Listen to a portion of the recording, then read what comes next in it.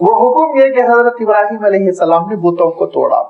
بتوں کو توڑنے کے بعد ذرا ٹینشن ہوا, اب یہ برننگ ایشو بنا, اب ذرا بے حسی کی چادر چاک ہوئی, اب غور و فکر پر قوم مجبور ہوئی. حضرت ابراہیم علیہ السلام نے موقع غنیمت جانا, توحید کی دعوت دی, کہا پوچھو ان سے, یہ پوچھو, یہ بتا سکتے ہیں کہ ان کے اوپر کون حملہ کیا, ان میں جو سب سے بڑا ہے جس کے گردن میں کلہاڑی لٹک رہی ہے, وہ چاہے تو بتا دے تم کو کہ کس نے ان پر رات میں قاتلانہ حملہ کیا, اٹیک کیا. بڑے شرمندہ ہوئے اور اس کے بعد کہا کہ ابراہیم تم تو جانتے ہو یہ بات نہیں کر سکتا. حضرت ابراہیم نے کہا بات نہیں کر سکتا, بات نہیں سن سکتا, تو یہ خدا بن کے کیوں بیٹھا ہوا ہے؟ تو پہلے تو شرمندہ ہوئے, بعد میں پھر ذرا مذہبی غیرت ان کو للکاری. حضرت ابراہیم علیہ السلام کو آگ میں ڈالنے کا فیصلہ کیا. حضرت ابراہیم علیہ السلام کو آگ میں ڈالا گیا. حضرت ابراہیم علیہ السلام کی والدہ تڑپتی رہی, حضرت امیلہ جن کا نام آیا ہے, وہ حضرت ابراہیم علیہ السلام کے لیے دعائیں کرتی رہی, یہاں تک کہ انہوں نے ایک منظر دیکھا کہ شولوں کی لپیٹیں جب اٹھ بیٹھ رہی تھی اور لہک رہی تھی, تو اسی کی عوض سے انہوں نے دیکھا کہ حضرت ابراہیم علیہ السلام بیچ میں بیٹھے ہوئے ہیں اور انگور نوش فرما رہے ہیں. تو تڑپ گئی, خوش ہو گئی, اور انہوں نے حضرت ابراہیم علیہ السلام سے پھر گفتگو کی. اطمینان ہو گیا کہ اللہ تعالیٰ نے ان کے فرزند کی حفاظت فرمائی, اور آگ ٹھنڈی ہو چکی تھی. آپ جانتے ہیں حضرت ابراہیم علیہ السلام آگ سے برآمد ہوئے. حضرت ابراہیم علیہ السلام اب اور اعتماد کے ساتھ لوگوں کو بلانے لگے, لیکن قوم کی بے حسی کا عالم یہ کہ بات سننے کے لیے تیاری نہیں ہوئے. یہاں تک کہ آپ کے بھتیجے ہاران کے جو بیٹے تھے, جو حضرت ابراہیم علیہ السلام کے حقیقی بھائی تھے, ان کے بیٹے حضرت لوط نوجوان سے تھے. حضرت لوط علیہ السلام نے کہا چچا میں آپ کے ساتھ ہو جاؤں گا. چنانچہ حضرت لوط اور حضرت سارہ جن سے حضرت ابراہیم علیہ السلام کا نکاح ہو چکا تھا, یہ 3 افراد تھے توحید پر, اور ان کو دھمکیاں دی گئیں. حضرت ابراہیم علیہ السلام کے والد نے کہا کہ وہجرنی ملیہ, نکل جاؤ یہاں سے, بڑی مدت کے لیے نظر نہ آنا. اگر یہاں رہنا ہوگا تو اس ملک کی تہذیب, اس ملک کا کلچر تم کو اپنانا ہوگا. جیسے آج ہمارے سامنے بات آتی ہے کہ اس ملک کی تہذیب, اس ملک کے کلچر میں مسلمان اپنے آپ کو ضم کر دیں تبھی یہاں جی سکتے ہیں, ورنہ جی نہیں سکتے. تو یہ کوئی نیا نعرہ نہیں ہے, یہ سینکڑوں نہیں ہزاروں سال پرانا نعرہ ہے جو ہمیشہ توحید والوں کے خلاف دہرایا جاتا ہے. کہا گیا حضرت ابراہیم علیہ السلام سے کہ اس ملک کے نظام کے مطابق جینا ہو تو جو رہو, ورنہ تم ہجرت کر جاؤ. حضرت ابراہیم علیہ السلام نے ہجرت کا ارادہ فرمایا. انی مہاجر الی ربی سیہدین, پروردگار کے لیے میں ہجرت کر رہا ہوں, وہی راہ دکھائے گا. اب اس کے بعد سے جنوبی عراق کی اس سلطنت سے, جہاں کلدان ہے, جنوبی عراق پڑتا ہے اب یہ, تو یہاں سے حضرت ابراہیم علیہ السلام چلتے چلے گئے, اور پھر ایک لمبا سفر کرنے کے بعد حضرت ابراہیم علیہ السلام ایک بستی میں پہنچے جس کو حبرون کہا جاتا تھا, آج کل الخلیل کہتے ہیں. تقریباً یہ فلسطین سے 50 کلومیٹر کی دوری پر ہے. وہاں حضرت ابراہیم علیہ السلام پہنچ گئے, اور اس کے بعد سے حضرت ابراہیم علیہ السلام نے وہاں توحید کا کام کیا. الحمدللہ حضرت ابراہیم علیہ السلام کی بات وہاں لوگوں نے سنی. حضرت ابراہیم علیہ السلام نے پھر دعوتی سفر مصر تک کیا. مصر میں ذرا حضرت ابراہیم علیہ السلام کے خلاف ماحول تھا, لیکن کچھ ایسے حالات ہوئے. حضرت سارہ کے سلسلے میں بدنیتی بھی بادشاہ نے کی, لیکن اللہ تعالیٰ نے مدد فرمائی, اور وہاں سے حضرت ہاجرہ ساتھ ہوئی جو شہزادی تھی. اور بادشاہ نے یہ کہا, مصر کے بادشاہ نے کہا کہ حضرت ابراہیم علیہ السلام کا ایک معجزہ دیکھ کر وہ یہ کہتا ہے کہ میری یہ صاحبزادی, میری یہ بیٹی یہ ملکہ بن کر رہے, اس سے کہیں بہتر ہے کہ آپ کی خادمہ بن کر رہے. حضرت ابراہیم علیہ السلام نے کہا بی بی سارہ تم اس کو سنبھالو. چنانچہ وہ حضرت سارہ کے ساتھ رہی, لیکن حضرت سارہ نے بعد میں تجویز رکھی کہ اس طرح ان کا رہنا مشکل ہے, آپ نکاح فرما لیں. چنانچہ یہ مصر کی شہزادی سے حضرت ابراہیم نے نکاح فرمایا. تو اللہ کے رسول صلی اللہ علیہ وسلم نے جب مصر کی جانب وقت بھیجا تو کہا ذرا نرمی کرنا, میرا ننیال ہے. کہا کیونکہ